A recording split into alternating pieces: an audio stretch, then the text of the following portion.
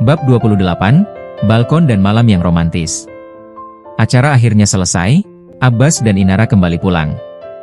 Di sepanjang jalan, tak ada yang berbicara sepatah kata pun. Sampai akhirnya di rumah. Udara malam terasa lebih dingin dari biasanya. Entah karena angin, atau karena Gala yang menguras energi. Tapi Abbas dan Inara belum ingin tidur. Mereka duduk di balkon kamar Abbas. Kursi rotan menghadap langit malam. Jauh dari lampu pesta, jauh dari kamera. Di sana, hanya ada 2 cangkir teh hangat, angin yang pelan mengayun ujung kerudung Inara, dan suara jangkrik dari halaman bawah. Enak juga duduk kayak gini, gumam Inara. Abbas hanya bergumam. Kamu sering kesini? Inara menoleh ke arah Abbas. Jarang. Sahut Abbas, ya dia memang jarang menghabiskan waktu di balkon kamarnya sendiri.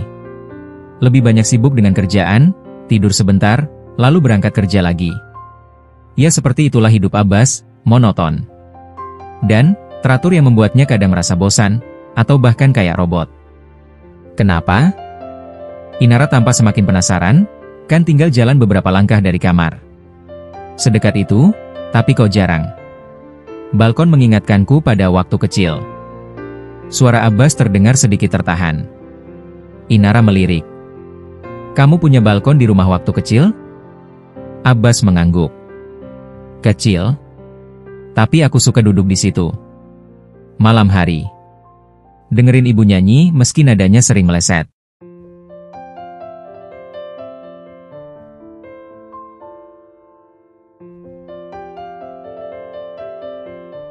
Ada senyum terbit dari bibir Abbas, meski tipis dan hanya sesaat saja. Tapi, Inara bisa melihat ada sorot kesedihan di mata pria yang sah menjadi suaminya itu. Inara tertawa pelan. Dan kamu? Tanya Abbas pelan.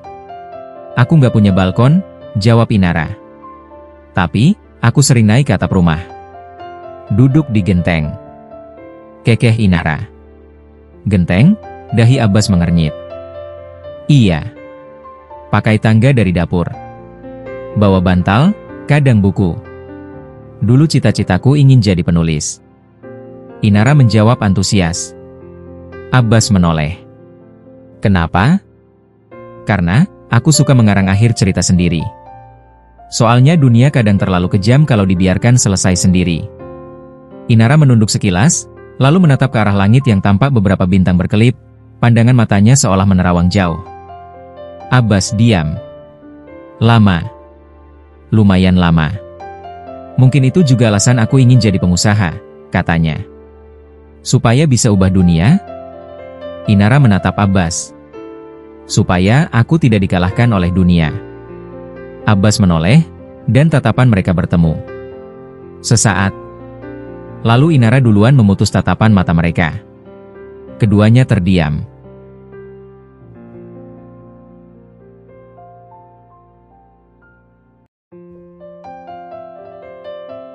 Udara malam mulai masuk ke sela-sela baju, tapi seakan-akan tidak terasa dingin. Karena percakapan itu, menghangatkan hal-hal yang selama ini beku di dalam diri masing-masing. Waktu kecil, lanjut Abbas, aku pernah bilang ke ibu, kalau besar nanti mau punya rumah besar, mobil banyak, istri cantik. Inara tersenyum. Lalu, ibuku bilang, lebih baik kamu jadi orang baik dulu, baru kaya.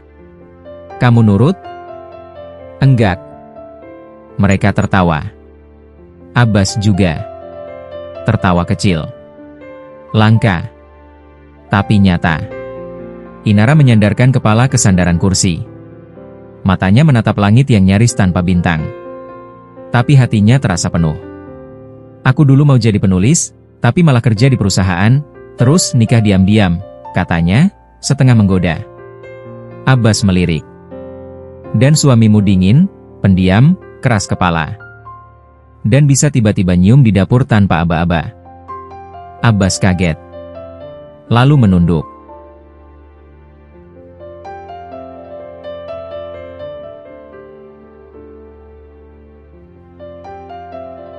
Maaf soal itu, katanya pelan. Inara menggeleng. Aku nggak marah. Cuma kaget. Abbas mengangguk pelan. Matanya menatap ujung kaki sendiri. Lalu, Pelan-pelan, dia berkata, "Kadang, ada hal yang tak bisa dijelaskan.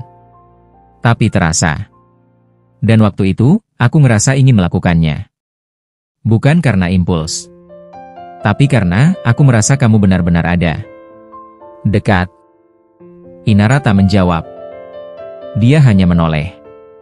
Dan tatapan mereka kembali bertemu. Diam.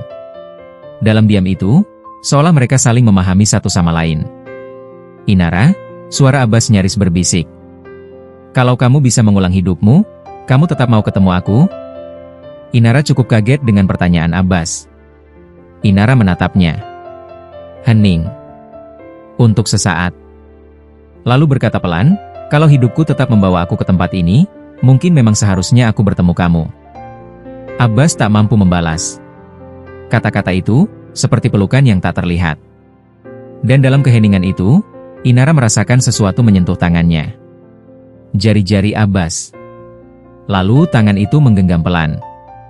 Tak erat. Tapi cukup untuk membuat seluruh malam terasa melambat. Mereka saling menatap. Tidak ada musik. Tidak ada suara. Lalu, Abbas mendekat. Perlahan. Tidak terburu-buru. Seperti meminta izin hanya dengan mata. Dan Inara tidak menoleh. Tidak pergi. Dia diam.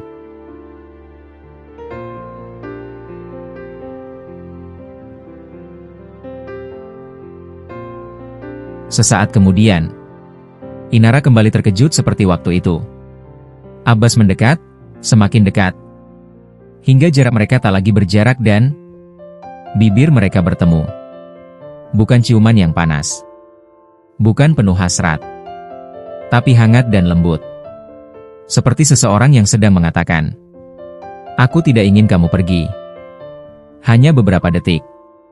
Inara dan Abbas tampak canggung setelahnya. Diam sejenak. "Maaf.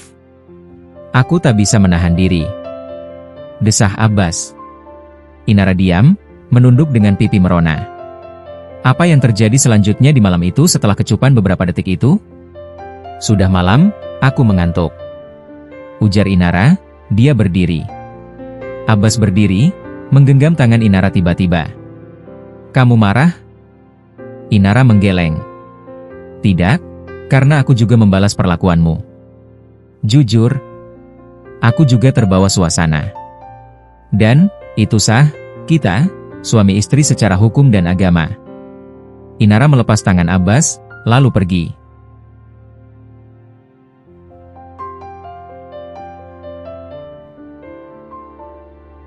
Sementara Abbas masih diam berusaha memahami apa kata Inara barusan. Otak cerdasnya seolah ngelek saat itu, butuh beberapa detik untuk mencerna perkataan Inara. Hingga akhirnya, dia mengerang dengan bibir tersenyum. Ya, kali ini bukan kedut samar, tapi sebuah senyum yang terlihat jelas. Meski tak ada yang bisa melihatnya, karena saat itu hanya ada dirinya sendiri. Apa artinya? Dia sudah membuka hati untukku? Malam itu Abbas sulit tidur, pun dengan Inara.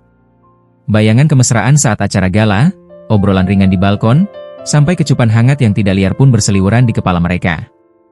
Dan hal itu, cukup buat keduanya semakin bingung dengan perasaan masing-masing. Hingga, akhirnya malam itu, Abbas memutuskan menelepon John. "Iya, Bos? Malam-malam begini ganggu orang tidur, pasti ada yang penting kan?" Suara John terdengar ngantuk di ambang telepon. "Hem?" John mendengus. "Cuma hem?" "Aku?" Abbas diam lagi. "Ada apa?" "Seperti ABG baru jatuh cinta saja," kekeh John. "Sebentar ya, aku mau cuci muka dulu." Abbas menunggu sampai John kembali menyapa. Beberapa saat kemudian, "Bos? Aku bingung dengan perasaanku." "Inara? Aku tak tahu harus ngomong apa," kata Abbas dengan desahan bingung. John tergelak. "Kau jatuh cinta sama dia kan, Bos? Bukan cuma obsesi karena ingin dapat dia saja kan? Apa kataku dulu, kamu bukan cuma ingin dia saja, tapi ingin hatinya juga. Dan kamu tersiksa karena hatinya sulit didapat?" "Begitu?" Abbas menggeram jengkel mendengar kata-kata John. "John, sudah mengataikunya. Aku bukan mengataimu, aku cuma mengingatkan. Suara John masih terdengar sisa kekahan pelan. Aku rasa Inara mulai menerimaku. Kami sudah 2 kali ciuman. Kata Abbas pelan, tenang, tegas, namun ada aira senang dari caranya berbicara. Apa? Baru cuma itu setelah berbulan-bulan menikah? Padahal kamu bisa saja intimidasi dia dan memaksanya, bukan? Dari nada bicaranya, terdengar jelas kalau John sepertinya tak percaya.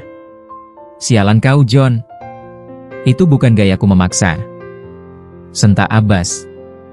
Hah? Apa aku nggak salah dengar? Bukankah kamu memaksa dia hingga mau menikah denganmu? Sampai-sampai kamu membuat pertunangannya berantakan? John mengingatkan apa yang dilakukan Abbas kepada Inara dulu. Abbas terdiam, dia ingat semua itu, dan tak akan lupa.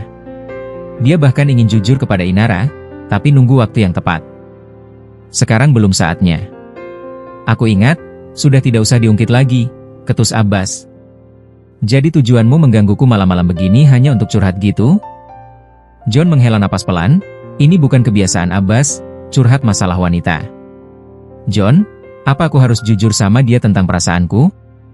Abbas berkata dengan nada gelisah, dia bersandar di sandaran tempat tidurnya dengan ponsel menempel di telinga menunggu jawaban John. Katakan saja isi hatimu kalau memang kau sudah mantap, dan itu bukan cuma sekedar obsesi ingin mencicipi tubuhnya saja. Jawaban John malah bikin kesal Abbas. Mencicipi? Apa itu? Dasar sialan. Abbas merutuki perkataan John. Dia tutup panggilan, lalu melempar ponselnya sembarang. Masih di atas kasur. Inara?